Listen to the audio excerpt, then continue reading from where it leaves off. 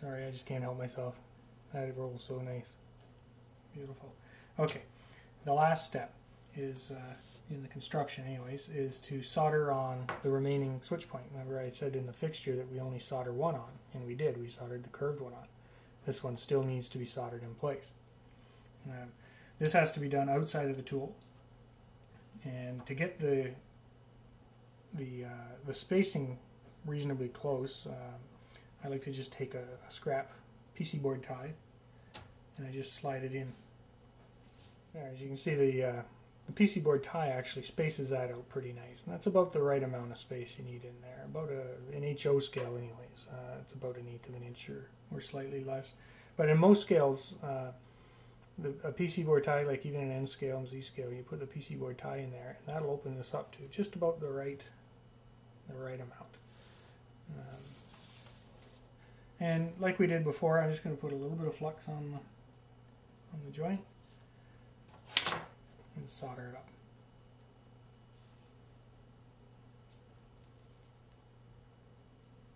There we go. That's a nice solder joint. We can pull the tie out and give it a test spin. That looks pretty good.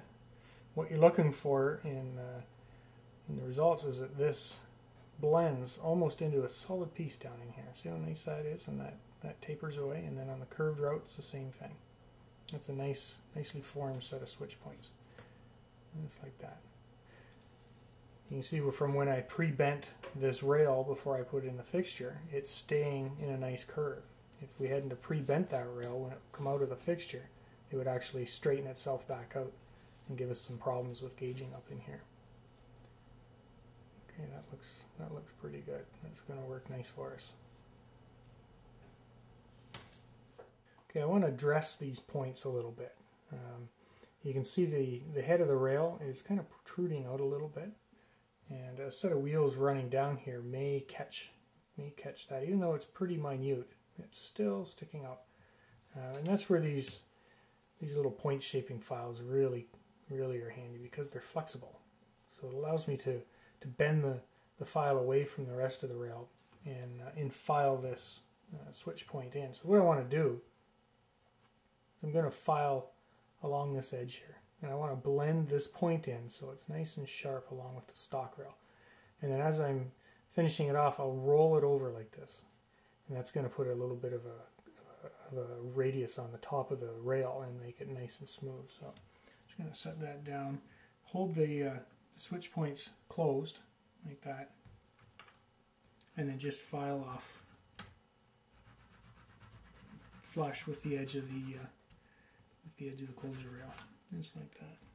It doesn't take much, but you want to make sure you work it nice and smooth. Yeah, roll it over and get that so there's no bump there, so there's no interference as equipment's coming down the track.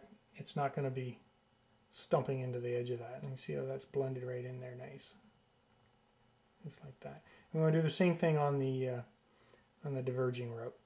Hold it closed and we'll just file it. And this, again, this is where the flexible file is really nice, because you can actually bend it away.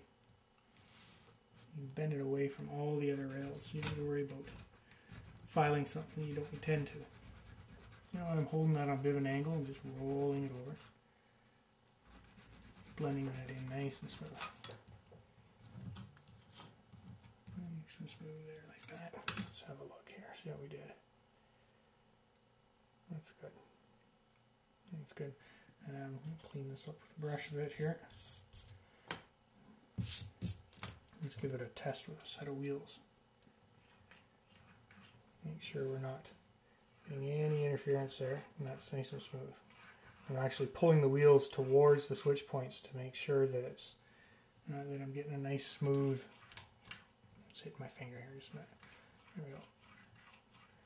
That's rolling nice and smooth. So you don't have to worry about equipment coming along and tripping over the edge of that point. It's very important that you dress them up using one of these small files and just blend it in like I did in there. It gives you a nice set of nice sharp set of switch points.